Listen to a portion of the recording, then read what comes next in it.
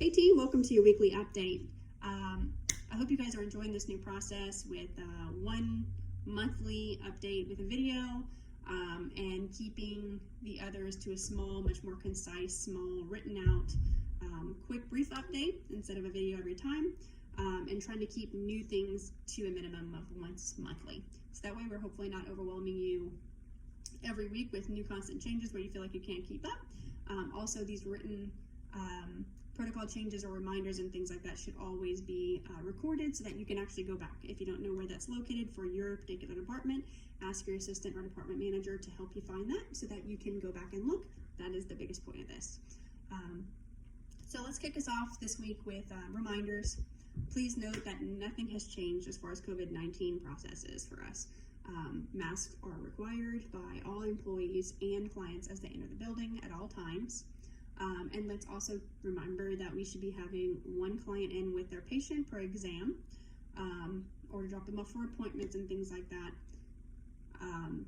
One only, unless you can obviously use your discretion if there is euthanasia happening, some type of serious, more dire situation going on with their pet. That's a one-time thing.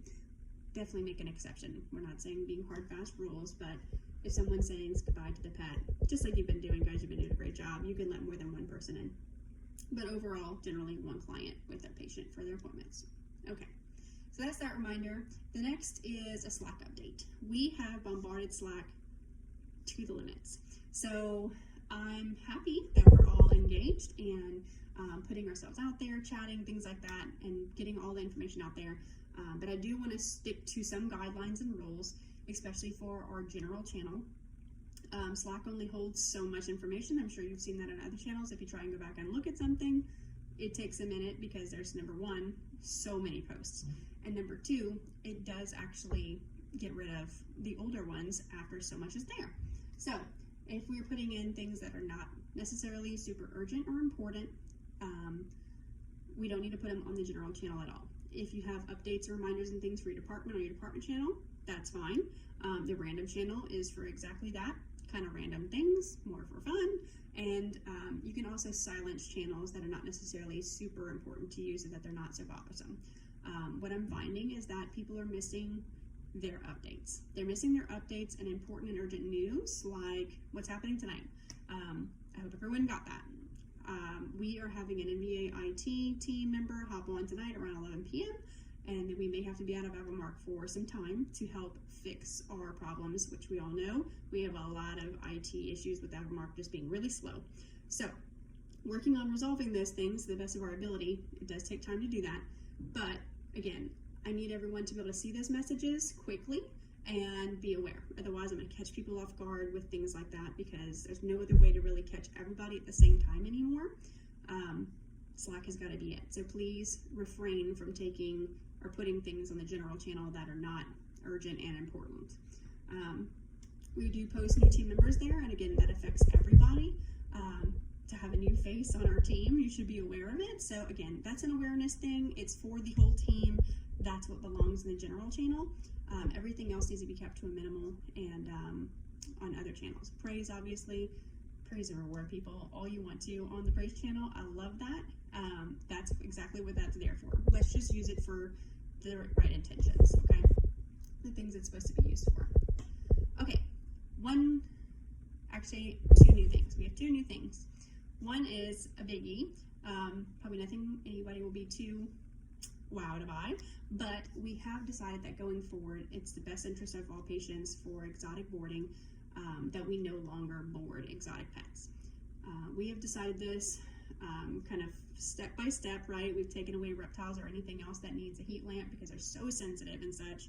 Well, it's not much different for any other pocket pets and things like that. Really, ideally, these pets shouldn't be around any type of predatory animals, doesn't make them very comfortable to smell all the other smells. They don't really love being in new environments either. Birds in particular are very, very particular, especially when it comes to the environment they're in, as far as if it's too hot or too cold. It's just incredibly hard, and we can't customize that setting much. We barely have room for it as it is. And overall, we're committed to the high standard of great patient care, and we just can't provide that really for these exotics anymore, especially as we grow. They don't come in that often. We have a very large staff. It's just incredibly hard to coach and teach these team members to take care of this particular animal if it comes in once every now and then the next time that kind of pet comes in, that person we trained is no longer there. So needless to say, we have decided to go ahead and refer those boarders over to Dr. Wexler. We reached out to him, and he is happy to take any exotic boarded pets that we may need to refer to him.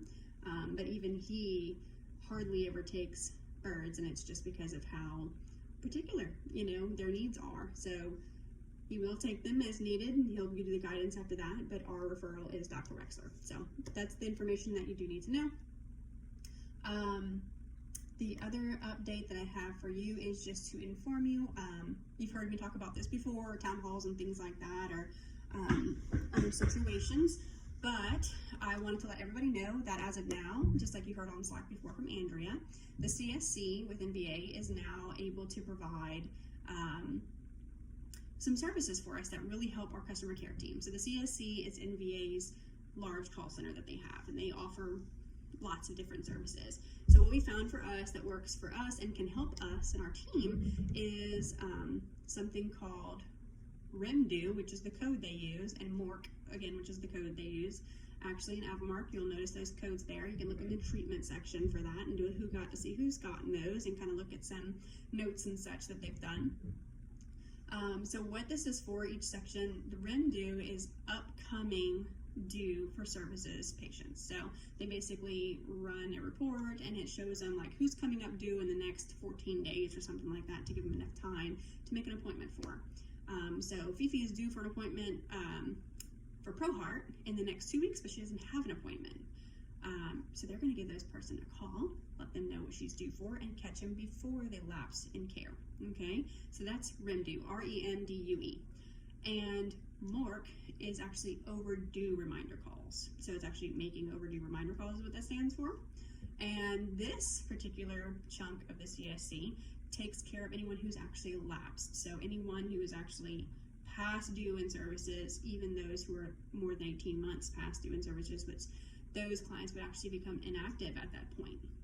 They would be considered inactive. So the whole point of them is to actually recapture them, get them back into the building, and get them back into routine care for their pet. And or catch things like maybe we didn't know a pet had passed away, we didn't get the information. Sometimes we have incorrect records showing that we have services due, but it's not. Maybe they don't use us for veterinary care, but they do use us for resort and boarding care, and they just let us know that, so we can suspend the reminders. It's really a good cleanup of our records, and it really helps us, as that is a very time-consuming job. However, it's an incredibly important job, so we have these professionals on the side that specialize in it, that can take these tasks from us, that'll allow our call center to be able to take in more incoming calls and be here to better serve our patients and clients that have a need right now in the moment. So I want to let you guys know what that was about. And one other thing that NVA is able to provide for us now, as of the 28th, we have always sent out through a tool that we use called Constant Contact, a survey request. So basically, clients come in with their patient, they have an exam with us, or boarding and such like that.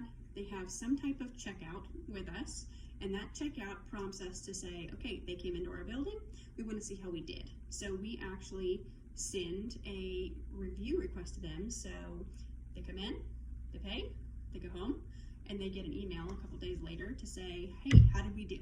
And if it's good, they can click this button and it goes straight to our online area, like on Google and such like that. They can choose where they'd like to leave the review, and hopefully they leave us a review.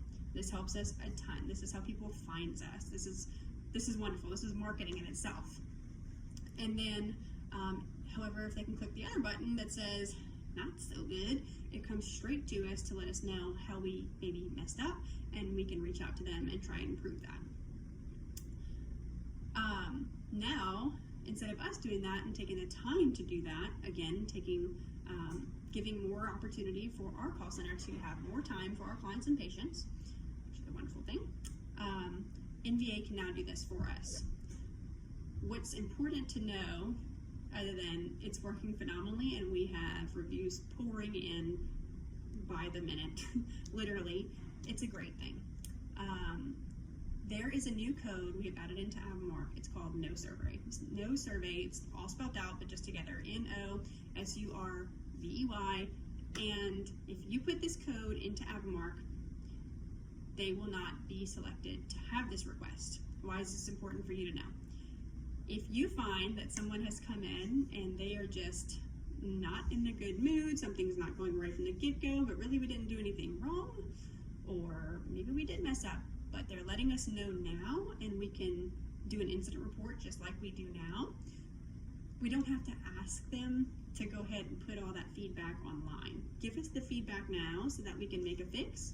We'll still follow up with them and everything else that we do for incident reports as we do, as long as you make them. And we don't have to ask them to send also a bad review online, because that does not help our business. So that is why this code is so very important. So everybody, please look up these treatment codes so that you know how to use them. You can add it to anyone. Alex has helped me today add this new code, and we are all ready to go. So this is already off and running and helping us out. I'm hoping our call center team will have so much more usable time to be able to better serve our patients and clients right now in the need as now, and this will help us too to curb some of those things that we maybe didn't know how to curb before. So again, if you are in the middle of an appointment, or if you are up front, it doesn't matter where you work in our practice, if you are noting that a client is not having the best experience for whatever reason, please get the information. Please leave an incident report so that management can take care of it the way it needs to be and follow up, and we can still improve. However, let's not ask them to put it online for us too, because that's just telling everybody else not great things about us that may not be necessarily our fault, or again, something we can make an improvement on, but we don't have to blast the world. We can just make the fix and fix it internally. All right, guys, that's all we have for today, and I hope you guys have a wonderful week, and happy holidays, happy new year. Thanks so much. Bye.